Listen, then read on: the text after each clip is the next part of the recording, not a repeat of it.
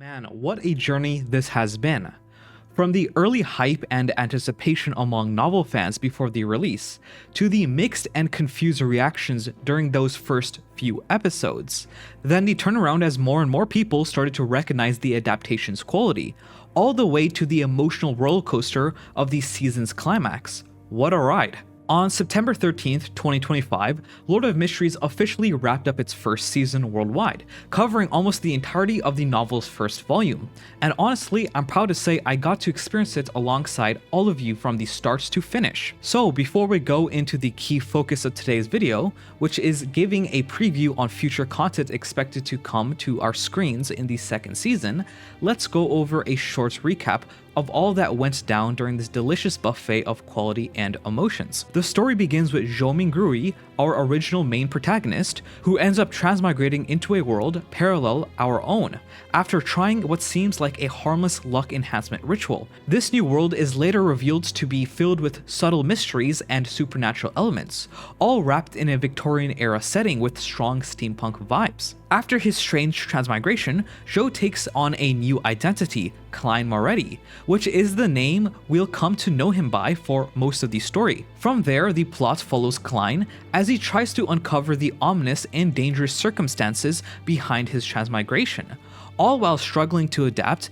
to his new life and figure out if there's a way to go back home. His investigations soon pull him into the darker and more secretive side of this world, opening his eyes not just to the death and despair, but also to the madness lurking beneath.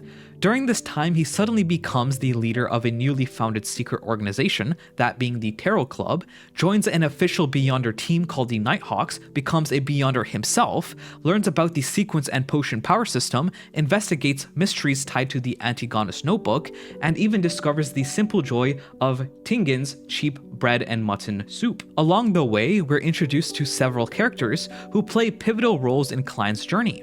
His siblings, Benson and Melissa, his mentor, Isaac Eggers, Old Neil, Dunn Smith, and his best friend, Leonard Mitchell. Klein's secret organization, the Tarot Club, also sees the addition of 3 key members this season: Audrey Hall, Miss Justice, Alger Wilson, Mr. Hanged Man, and Derek Berg, Mr. Son, though Derek unfortunately doesn't get much screen time. As the story progresses and Klein interacts with these characters while solving a number of bizarre cases, we start noticing a thread of subtle coincidences. These seemingly random plot points pile up episode by episode, hinting at a much bigger puzzle behind it all. These coincidences bring both blessings and tragedies.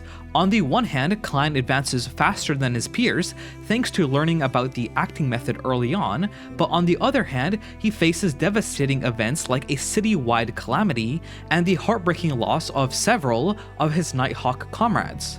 All of this culminates in the emotionally heavy climax of episode 13. Through a mysterious quill, later revealed to be the sealed artifact 0-08, we learn that every one of these coincidences ties into an elaborate scheme crafted by Ince Zangwill, an outcasted archbishop of the Evernight Church.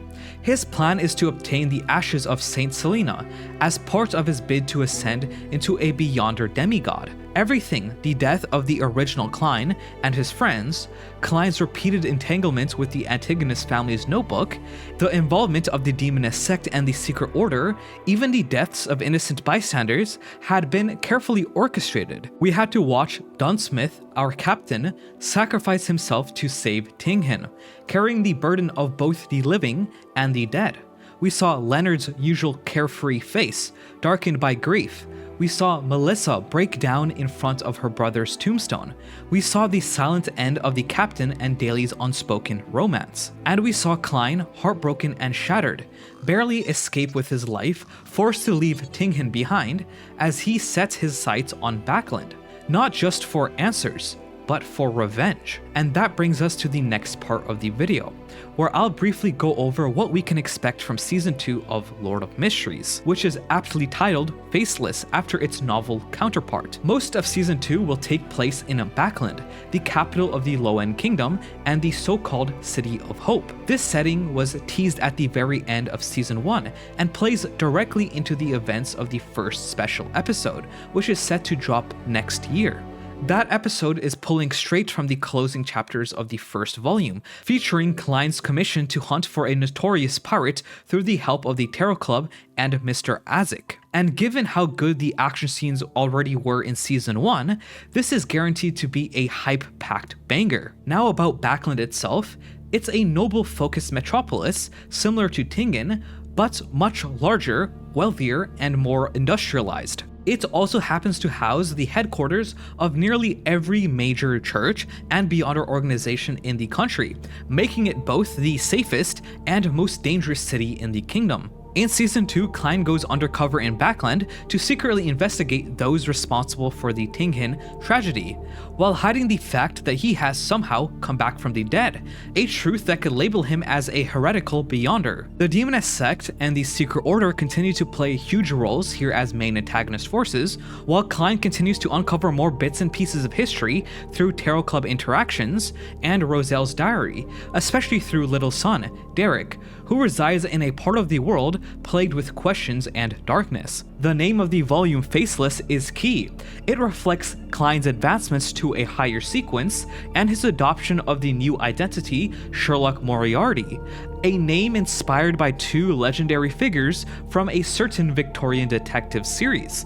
With this new life comes new characters, fan favorites like Four's Walls, or Zero Derecha, Sharron, the so-called Miss Bodyguard, and her partner, Marek, Bernadette, Sauron Einhorn Medici, the eccentric vampire Emlyn, and more. Some of them may even end up joining the Tarot Club later on. We'll also be introduced to more secret organizations, which grow in number as the world's lore expands. The season promises a mix of slice of life, action, and emotional storytelling, with a heavy emphasis on Klein's wits, investigation skills, and of course his burning quest for vengeance. Since this season covers 268 chapters of the novel, the pacing will be steadier. Don't expect non-stop fights or power-ups right away, but when the action does come, it'll be top tier. And with 30 plus episodes planned, there's plenty of room for proper plot development and world building. All in all, Season 2 looks like another mind-blowing experience, not just in terms of animation quality, but also story depth. If Season 1 is anything to go by, Cuttlefish and the production team are clearly committed to delivering a faithful and powerful adaptation. Now, if I had to give a final rating for Season 1, I'd break it down two ways. If I was rating just the Donghua alone, the cinematics, animation, soundtrack, and overall production were nearly flawless, with only small pacing hiccups in the first 3 episodes. I would honestly give the entire season a solid 9 out of 10. However, if I factor in the novel and grade it as a novel adaptation, I'd say it's an 8 to 8.5 out of 10. Despite some small complaints in the early weeks, it stayed faithful to the source material, and in some cases even surpassed it. As a fan, watching one of my all-time favorite stories come alive on screen really felt like a fever dream, especially after finishing the novel nearly 4 years ago. And with that, I'll close this video with the words of our beloved captain. We saved Tingen. Make sure to like, subscribe, and turn on notifications so you don't miss future videos. See you next time.